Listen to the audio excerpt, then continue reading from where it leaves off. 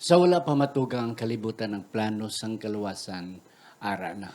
Nga si Jesus magpakatao, magpakamatay sa cross sa Kalbaryo. Nga kung kita lamang magtuo sa iya, hindi kita madula, kundi may kabuhi nga walay katapusan.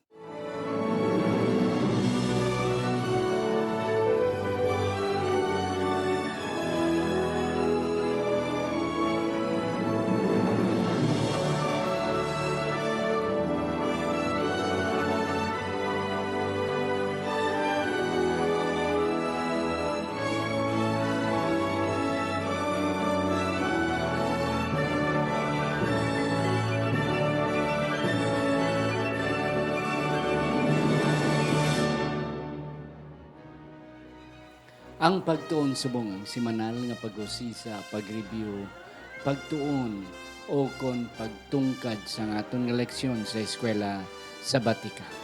Inig na dala sa inyo sang Media Ministry Department sa aton iglesia diri sa Central Philippine Adventist College diri sa Alegria Morsian, Negros, Occidental Philippines. Isa ka Ilonggo nga version, Hiligaynon nga version sang aton Sabbath School lesson kada simana. Ako si Pastor Luisito Tomado, ang inyo masunson nga host sa sining aton programa, ang Pagtuon Subong. Kag sa sining ation ari ang akong duwa ka mga bisita, mga batanon, mga kauturan, apang kabalogid kuya, nga may aragid sila nga ikahatag, ikabulig sa aton nga pagtuon sa sini nga simana. Ang akong una pakilala sa inyo, bago pa lang siya, first time pag ninyo nga makita diri sa aton nga programa ang Pagtuon Subong. Originally halin siya sa Iloilo City, ari siya diri sa CPAC, kaisa siya sa aton mga professors. Labi na gid sa English Department sang School of Sciences, Arts and Education. Wala sang iban si Sir Junel Carvalho.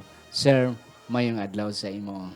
Mayong adlaw man, Pastor, kag sa aton nga mga tumalanaw subong.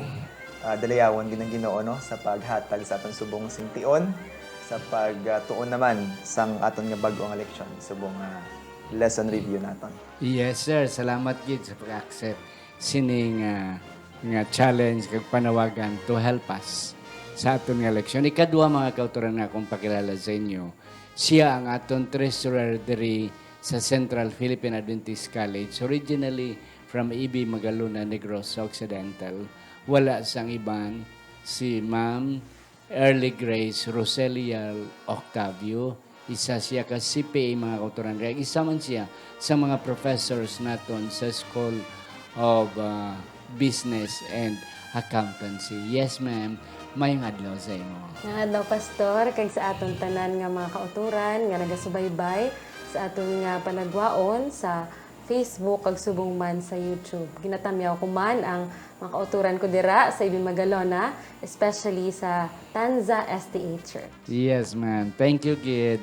Ma'am Early. Sa hindi pa magbasa si Ma'am Early, kag hindi pa takapangamuyo sa aton nga pagpadayon, sa aton nga pagtuon, ako na naipasalamatan ini aton mga sponsors sa sining aton nga fourth quarter, nga kung wala sila, siguro mabudlayan kita magpadayon sining aton programa. Labi na gid ang aton nga obligasyon sa Radyo Bandera, kag sa Hope Radio Southern Mindanao, kag Hope Radio Southern Negros dira sa Hinubaan. Akon pasalamatan ang mga magulutod nga Jenna Federo Ilumer kag Sir Alex Federo, ang mga magulutod nga Marlene Jamie and Anneli Trenyo, ang mga magutod mga mag-asawa Jet and Susan Caro, Mark and Meryl Mendoza, Johan and Myla Susana, Iboy and Jessica Malabanan, kag si Sir John Luciano Jr. and Goldie Gioligi. Kabay pa nga ang Diyos, magapakamayo sa aton nga tanan. Aton iduko ang aton mga ulo sa pagpangamuyo. Sa siningation Ginoo, iyari kami nagapalapit sa imo. Una bes, nagapasalamat nga imo kami gintagaan sang kalipay karon nga adlaw. Kag iyari kami imo gintawag nga magaupod sa imo pag-discuss pagtuon sining eleksyon kabay pa ngang balan nga espiritu amo ang magapanag-iya sa amon karon, hindi lamang kundi man sa amon mga viewers kag sa amon mga listeners. Salamat gid nga ikaw nagsabat sa amon pangamuyo sa ngalan ni Ginoong Hesus. Amen. Yes, Ma'am Early, ang aton sadsaran nga teksto. Ang aton nga text makita sa Juan Kapitulo 3, versikulo 14 kag 15 ini nagasiling kag subong nga si Moises nagbayaw sang manog sa kamingawan kinahanglan man pagbayawo ng anak sang tawo agud nga ang bisan sino nga magtuo sa iya may kabuhi nga walay katapusan. Yes, amen. Thank you, Gid. Kagabay pa ang Diyos, magapakamayo. Sino nga atong teksto? As Sir Junel and Ma'am Early, ang title sa atong lesson 6, sa sining 4th quarter, He died for us. Nagpakamatay siya upod sa aton. Para ini sa Oktubre 29, tubtob November 5. Ang kamatayon, hindi mapunggan. Pwede pa mapunggan, Sir Junel ang baha. Yeah, but ang kamatayon niya, bisan ano sa aton katigulang, may edad pa kita, 100 or even more, may kamatayon. Si Adan nag-edad 930, napatay. Wala gid sa magatiner diri sa kalibutan. Even, mga kauturan, si Kristo napatay man bilang tao. But what is good with the death, mga ari sa aton, ang kamatayon, kay si Kristo nag-unong sa aton. Kag pinagi sa pag-unong niya, there is hope beyond sa kamatayon. And this is our lesson for this week. Yes. Ano ang kahulugan sang kamatayon ni Kristo sa aton? Yes. Ma'am Merly, may katugda ka regarding that one. Tama, gina pastor, no? Kay ining kamatayon, bala mga kauturan, isa gid ni sa mga masubo. Kung pwede palang hindi matabo sa kabuhi isang isa katawo. How much more nga, bisan gani ang peta palang bala, ang aton ido nga pinalangga, or ang aton nga pinalangga sa kabuhi.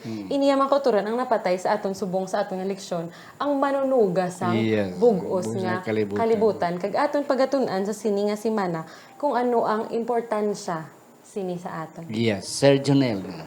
Kag ang makita pagid naton pastor no kag makauturan nga even though nga ang aton nga Ginoo napatay pero may ara kita gihapon sang paglaom amo na ang iya nga resurrection. Yes. So wala lang nag-end nga napatay siya. Yes. Pero may ara kita pagkabanhaw kag amo man ang promesa ang ginhatag iya sa aton kung nagatuo kita sa iya. Yes, kanami Sir Jonel sa imong nga punto, Ma'am Merly, nga ang kamatayon ni Jesus siguro daw wala gid dako nga meaning kung wala siya nabanaw.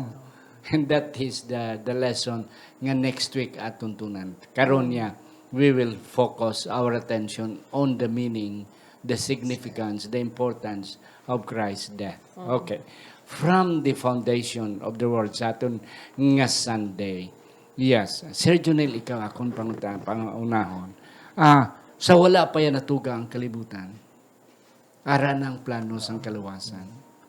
Oo. Nga kung ang tao magpakasala, there is already, daw na sila nato bilang proactive plan. O, hindi kay reactive, kundi proactive plan. Ano ni Sir Jonel, ang simple nga explanation sa plan of salvation? Okay, isa sa mga ginpakita no sang Ginoo sa aton ang iyang abilidad nga makita iya ang palaabuton. Yes. Kag sang gin-create ya ang bilog nga kalibutan kag nakita iya nga may ara sing matabo nga pagpakasala. So amo to nga ginhimo na nila ni nga plano. That's the plan of redemption. Ang hambal diri before even the world was created. Yes. Nagplano na sila kag willing na si Ginoong Hesus nga mangin sakripisyo para dira. Yes, ma'am. Oo. Ang sa diri naman niya, Pastor, ang isagid sa mga qualities sang isa kamayo nga leader nga ako nga na-appreciate is ara balang kung may problema gani may solusyon sa ganun. Pero ini ang atong Ginoo mga kauturan, wala pa nag-abot ang problema. May plano na. So kanami ginapakita gid sa aton sang Ginoo nga ka-organized bala sa iya nga pagplano. Subong man isa pagid mga kauturan ka punto is diri si Jesus pagkakita sa iya ni John the Baptist no naghambal si John the Baptist nga, "Behold, the Lamb of God." Yeah. So, sa Old Testament, na ato nabalaan nga ini ang mga lamb, ginaobra sila or ginagamit sila Yeah. para sa pag-sacrifice. Yes. So, sa amo nga ginhambal ni Juan, kabalugitang ang padulungan ni Yes. Jesus, kamatayon gid. And that's correct. And that's correct. So, ang punto pagid nga ako nakikita, Ma'am Early kay Sir Junel, nagatudlo ko sa church leadership sa mga theology students. Isa sa nga akon nga nanamian, inabala ang idea nga proactive leader kag versus reactive. Ang reactive is ambulance type of leadership. Ang ambulance hindi na magdalagan kung wala sang pasyente, kung wala emergency. Whereas ang jeepney nga round trip sa syudad, bisan wala pasayro, gadalagan ang taxi, gadalagan bisan wala pasayro. Muna siyang nato nga proactive. A good leader is a proactive. Nga sa wala pa iya mahitabo ang mga palabuton, there is already a contingency. May ara na nga plano na tiya mo man ang Ginoo. Nakita iya nga there is possibility nga makasala ang tao. The plan was there already. Since the foundation of the world. Yes. Sa aton nga Monday, a preface to the cross. Yes. Ang punto diri nga ako na talupangdan nga si Jesus naghambal sa iya mga disciples, kinakondisyon na daan niya ang una-una sa mga disciples. To the extent nga mga disciples, hindi gani Sir Junel makakomprehend, hindi makahangop. So, nagsiling sila, hindi kaya. Kay si Jesus naghambal, mapatay ko. I will be a sacrifice. Sir Junel, pwede ni mo madugangan. Yes, Pastor, no? Makita nila itong mga kauturan, ang preface to the cross, meaning, si Ginoong Hesus sang ginbata siya, balaan niya na ang iyang misyon, nga mangin sakripisyo para sa aton.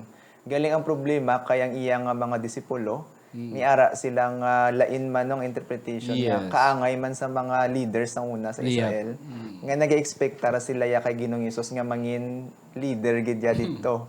So amo na siguro kung makita naton dira nga paghambal ni Ginoong Hesus nga kinahanglan ko nga mapatay, imbis nga positive ang pagkuha nila, nakulbaan sila kay mapatay ang ilang leader. Yes, and that's correct. Sir Junel, kanami sa yung punto akong sakyan. Kay ang ilay ang mga disciples on the first place, nagsunod sila kay Kristo on the idea nga si Kristo manginhari. Ti ang nanay gani ni James kag ni John nagsiling nga Jesus, kung dito ka na sa imo mahari ka na, ibutang sa to ako ni sa butang ako nga anak sa imo nga wala. Ang ilaya nga concept is a worldly. Hindi man natin mabasol sila kay under sila sa Roman oppression. So they are looking for somebody nga maka-deliver sila. And here is somebody nga may nakita nila nga kadako sang potential. Ma'am Early. Yan, Pastor, tama na. Mga kauturan, tungod sa sinang konsepto ng ara na daan sa paminsaron sa mga disipulo, biskan ano ka-explikar ni Jesus nga mapatay sa, hindi gid nila mabaton. Yes. Hindi. Do nabungol sila bala, Pastor. Do, nang tungod sa sinang konsepto, do hindi gid sila magbaton. Nang tungod sina. Amo man kita na kisa, mga kauturan, base amo kita sina nga. Tungod sa kabalo na ko na nang nabalaan ko na niya halipas ang gamay amo ni. And kung mabaton ta ang tuod-tuod gid, for example may new light be or bag-o nga truth or kung ano madang insakto nga layo sa aton nga napatihan nga daan kis akabudlay sa aton magbaton. Amo na kis ang gakos man sa mga conflict sa mga simbahan. Kanami kay isa pagid Sir Junel nga ako natalupangdan nga you say sometimes ga-deny kita bala nga si Kristo na akon Dios, nagbato na ko siya, nabautismo na ko ya. Wala na ko problema. Sometimes sina nga notion daw hindi daw masiling kita nga wala na gid ko problema. So mag-abot ang problema kay you deny already the situation na may problema. Daw hindi mo mabaton to the extent nga iban magwa na lang ilan na lang gin sa likway si Jesus. the same experience. Yes, Sir Jonel, may kadugang. Kag isa pagid ka hambal ni Ma'am Early kagina about sa notion nila nga si Jesus mangin earthly king. Amo na pag kita nila nga si Ginoong Hesus ginhampak, wala gid sila nakasarang imbis nga kung tani ang hambal nila nga magtiner sila, nalagyo sila. Yeah. Because their expectation was for Jesus to rule over the Romans. Nakita nila si Jesus ginabakol sang Romans. So amo tong expectation nila nagbaliskad gid. And that prompted them to leave si Jesus. Unang palalagyo sila. Kag yun si Pedro. Kung sila, ikaw na isa sa ila. Hindi, kuya. Oh, and that's correct. Sir Junel, balikan ta ka. Ang atong Tuesday, it is finished. Ano ni ang kahulugan sini nga paghambal ni Kristo nga sa cross nga sila tapos na? Ang isa sa nakita ko da pastor nung paghambal ni Ginoong Hesus, it is finished. Isa ini ka singular event but silingon nga isa ka culmination no. Kaya ang banta kagina ini isa ka plano nga ginhimo sang Amay Espiritu Santo kag ni Ginoong Hesus before even the creation of the world. So when Jesus kung naghambal si Ginoong Hesus nga it is finished or natapos na, that is the culmination no. Imbes nga ang pag-look forward sang mga anghel is negative nga naghibi sila kay nailansang. Pagkita nila nga naghambal si Jesus, it is finished, there is a shout of joy in heaven because na-fulfill ang promise sang Ginoo nga luwason niya kita. Kanami, Sir Junel, and that's correct. Kutan ako lang guro kita, no? Kung ato lang imagine nun, nga nagahinugyaw ang mga kalingitan paghambal ni Jesus, it is finished because ang punto dira na nako nakita Ma'am Early nga natapos na ang iyang agony, ang iyang pag-antos to become the Savior. Yes, ano pagin man? Yes, Pastor. And mga kauturan ng kung galantaw kita bala sa mga movie, kung kwarisma, diba isa gid ni sa biskan kapila na kung maglantaw sige lang kog yapon hibi basta lansa nganay na. Kag sa diri mga kauturan hindi niya actually ang mga tawo nga galantaw kay Jesus ginasuyaan sa nga ikaw hari ka, hindi ka kapanaog dira. Mapakaon mo ganing damo, mabuhi mong patay, hindi ka kapanaog dira. Mga kauturan, ang Ginoo kung gusto niya, pwede gid siya kapanaog. Hindi ang lansang sa cross ang nagapugong sa iya nga manaog, kundi ang paghigugma niya sa imo kag sa akon, kag bisan diri sa mga tawo nga nagahisa or nagatuya-tuya sa iya, pastor. And also, ang ginamin pagidiri sa akon man nga pag-intindi, pastor, sang it is finished, no? Hindi lang tungod nga natapos ng mga kasakit, physical, ang mental, ang iyang emotional, no? Nga spirit nga layo sa amay, ang iya pamatyagan, kiginlukduya, ang kabugatan, sang sala, sang bugos nga kalibutan. Kundi nga, natapos na, it is finished, nadaog na ang pagpag-away ni Jesus, no? Batok sa kay Satanas. Sa Satanas. May kadugang ka, Sir Jonel. Yes, I agree kay Ma'am Early. That is the shout of joy nga makita nila ang ilang Ginoo nga nangin victorious. Sa makita naton kung magbalik kita gamay, pastor, no, sa Garden of Gethsemane, grabe ang nagabargain pa si Jesus nga kung pwede lang tani nga hindi lang. So pero pagkita naton dire ang kanami to nga ano ko lang kay Ma'am Early Hambalya, ang nagapugong kay Ginoong Hesus sa paglansang was not the nails, but actually His love for us. Nga even nga nakita iya nga mag-suffer siya, but after the cross nakita iya mga kautuan nga ikaw kag ako naara nga naluwas sa upod niya. So ito. And that's correct. It is the overwhelming love of Jesus sa humanity. Ma'am Early, manginanay ka sa Pilakadlaw, hopefully, yes. Mangin tatay ka man, Sir Jonel. Ako ya tatay na ko. Maya po na gani. Ang punto bala sa mga tatay, mga ginikanan, they would rather sacrifice themselves than mag-sacrifice ang ilang mga bata. Palangga nilang mga kabata. Di kung papiliyon ng ginikanan, sino, papanangitan, abi may sitwasyon nga mapatay. Okay. Na ang parents siya would rather choose nga sila ang mapatay sa ilang mga bata. Amo na siya. si Jesus sobra pa sa tatay kay sa nanay. And that's the point. So, kanami isang punto mga kauturan nga inabla ang unconditional love, a sacrificial love nga sa bagay ila ihatag ang ila kagalingon for the sake of their loved ones nga mabuhi lang ang ila nga ano ni nga mga pinalangga. So, amo na siya. When Jesus cried, it is finished. Nakita ko ang tatlo ka mga punto inyo ginambal ni Sir Jonel. It is the end of agony of sacrifices ang worldly sang human life ni Jesus. And then, a shout of victory, the defeat of Satan, and the assurance of salvation. Nga everybody, it is finished. Your salvation is already assured. And that's the idea. Okay, so Wednesday nga itong nga leksyon. Ang title is, He Died for Us. And this is the title of our lesson for this week. Yeah. Mamerly, kakununaon. Yeah. Behold the Lamb. Kaya na na-mentionar mo. Can you elaborate a little bit? When John said, Behold the Lamb of God. Ari ang kordero sang Diyos. Ang ining paghambal ni John, di ba natabo ni sa sangga pang bautiso sa pastor. And then nag-abot si Jesus, naghambal sa Behold the Lamb.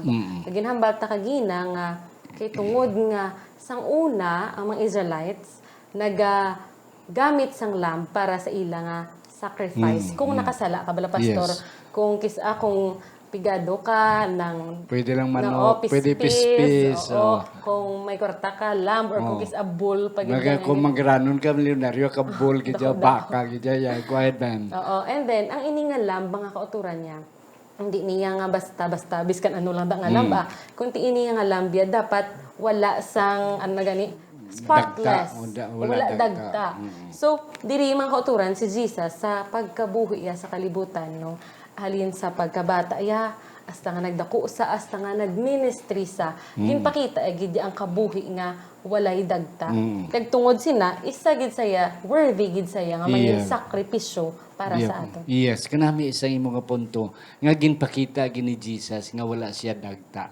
The same qualification sa mga sacrifices ang una, nga gamay lang nga diferensya, disqualified ayon. Si Jesus siya is perfect. Sa mag-sacrifice for us. Sir Jonel.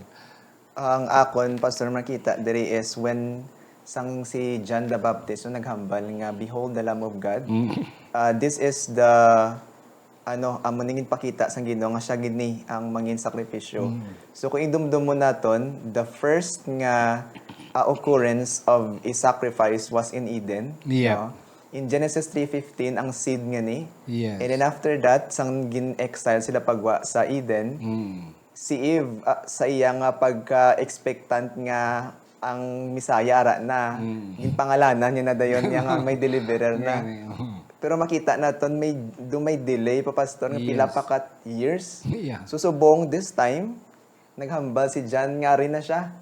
So makita nato ng eagerness bala even Yes. siguro sa mga anghel nga makita nila nga mo na gid ning oras nga luwason na gid sa Ginoong iya nga katawan. Yes, so kanami sir sa mga punto. Sakyan ko na nga kadugay kadili na daw sa in the concept of the Jews daw na delay. But there is no delay in the eyes of God, in the language His of time God. is always right. It's always right. So, bisan sang dito sila Sir Jonel Mamerly, sang sila mga ulipon sa Egypt, they were expecting for a Messiah to come. Oh, nga mga makuha sa ila, imagine 400 years sila captivity na di sa tapos sila nakagawa sila. And then nagapaabot kit sila nga tani isunod nga adlaw ara na. Oh, labi man dito sila sa may kanayakan sa wilderness ng Sinai. They were expecting for somebody to rescue them when they were oppressed by other nations, especially nahimo sila captive sa Babylonia. They were shouting, Lord, please come. Na-delay ka na. Yeah. Kanami kay sang abot ni Jesus sa kay si John. Here is. Ari na gid, hindi na ka problema. Here is the Lamb. Here is the Messiah that comes. And then He will die for us. That if we believe in Him, we will not die. Okay, ari kita sa Thursday, the meaning of the cross. Mamerly, anong imo na talupang dandering? Ang nanamian ko gid diri nga punto sa sining eleksyon mga uturan kay sa cross ko no makita ta ang hustisya, Mame. justice. Yes. At the same time makita ta man ang paghigugma sang Ginoo. Yep. So kung amo pa ni balang term nga nabatian ko gani nga justice and God's love kissed each Kiss other, do other. hugged each other. So ari na bayaran, natubos ang sala at the same time nagdaog ang paghigugma ni Jesus sa aton kag nasalbar gid man kita. Yes. Sir Junel. And makita man din naton pastor no nga miskan si Paul nakita iya ang value sang cross personally. Kag makita man naton diri ang miara ang great controversy naga take part gid diri kay naghambal diri kay gina-oppose sa sang wisdom of the world. So miara gid yang mga tawo that hindi gid sila it doesn't make sense to them. Naghambal ni Paul nga stumbling block siya sa mga Hudiyo kag foolishness sa mga Gentiles. Yes. Pero sa iya kag sa mga tawo nga nagapati amo ni siya aya ang revealing sang gugma sang Ginoo sa tawo. Yes. Kaga mo ginaya. Ang mga ibisan ng mga Hudiyo, sir, di ko not imagine nga ang maluwas sila patyon sa cross. They are expecting for somebody powerful, even powerful than the Romans. Oh, pero ang mabulos, ang maluwas sila patyon naman sa cross. And then ang cross in the concept of the Romans with na-influence ang mga Hudiyo nga shameful ginaya nga kamatayon. Yeah. And yet somebody. So, ari diri ako nakita before ako nihatag balik kay Ma'am Merly. Ang ako nakita nga meaning diri sang cross mga kauturan is selflessness. Wala bala hindi ka hindi importante mo lang selfless ka. And then humility, that is humbleness. Sacrifice for others, for the sake of others. That's why may kanta nga others. Kanamiyan ko nakakanta. Others, for the sake of others. And then, of course, mission or salvation. Bibig, mission para sa iba. May kadugang ka, Ma'am Marley. Amo na sa tama na pastor no makahuluya gini ang pagkamatay ni Jesus sa cross. Pero mga kauturan ginhimo yan ni isa pa ka punto kay tungod nga kabalugid saya sang iya nga purpose. Yes. Kag ginsugudan niya na ini, gintinguan niya nga kabuhi ya may walay dagta. Kag matapos ini pinaagi sa iya pagkamatay. Yes, and that's correct, Ma'am Marley, Sir Junel. That's why kita nga mga Kristiyano, mga kauturan, ang aton insignia, ang aton logo, ang aton identity is cross. Yeah. Ang mga iban nga mga hindi Kristiyano, hindi ko not understand. Even the Muslim ko not understand nga ang cross. Oh, tay mga Buddhist, di ko not understand. Kaileya gadya way nag-sacrifice sa ila mo. Sila yamong nag-sacrifice sa ila nga God. Whereas ang Christianity, it is God who sacrifice for His people. Daw ka baliskad, yes. So, Sir John, may kadugang kasi ng idea. Yes, makita ganit naton pastor no ang kinalain sang Dios sa diwa nga Dios. Kay ang hambal didto nga ang tanan nga mga gods, especially sa mga Gentiles, they are hungry for blood. Nagakuha sila sang sakripisyo para sa ila. Amo na nagapatay ang iban, iba nagahatag sang ano. Pero may isa lang gidya ka Ginoo nga nag-bleed para sa iya katawhan. Amo na nga si Ginoong Hesus.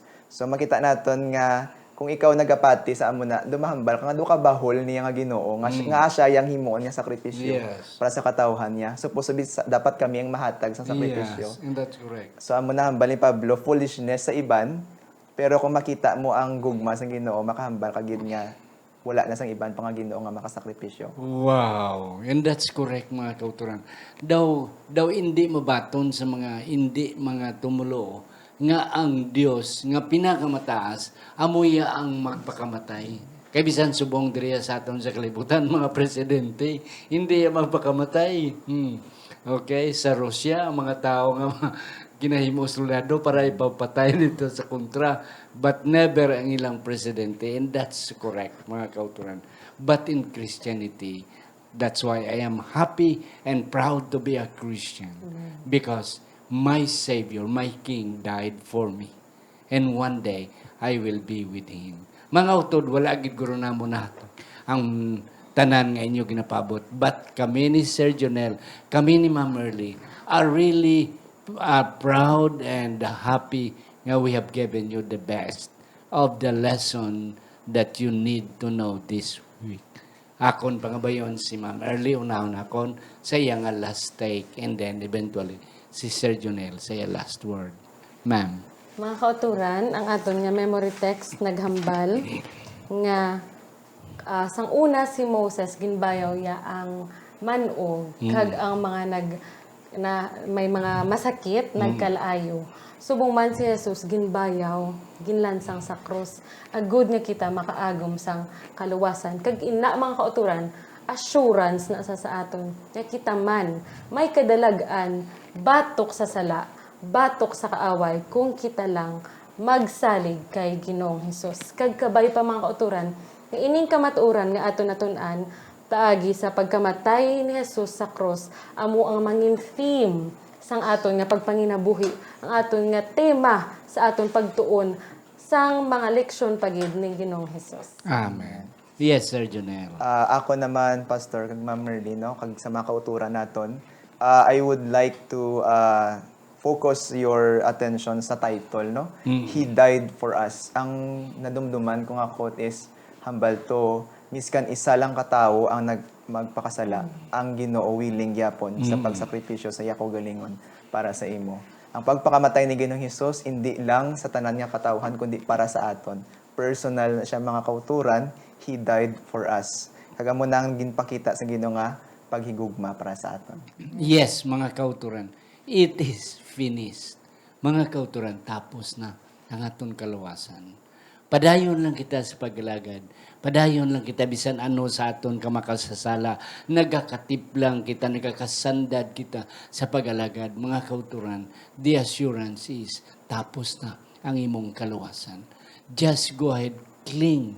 Kapti lang gyapon mga kauturan because He will carry us through. And one day, aton gid siya ihag, aton siya hakson. Magpasalamat sa iya nga siya nagpakamatay sa cross para lang sa imo kag sa akon, sa aton mga hinigugma nga makangkon kita sang kabuhi nga walay katapusan. Akon pangabayon si Sir Jonel sa pagsirado sang aton nga pagtuon pinagi sa pangamuyo. Pangamuyo kita. Amay naman nga balaan, Diyos sa mga langit, Ginoo, madamo nga salamat. Sining kay gayunan nga imo ginhatag sa amon sa pagtuon sa imo balaan nga pulong. Ginoo, nagapangabay kami nga ang mga pulong nga amon natun-an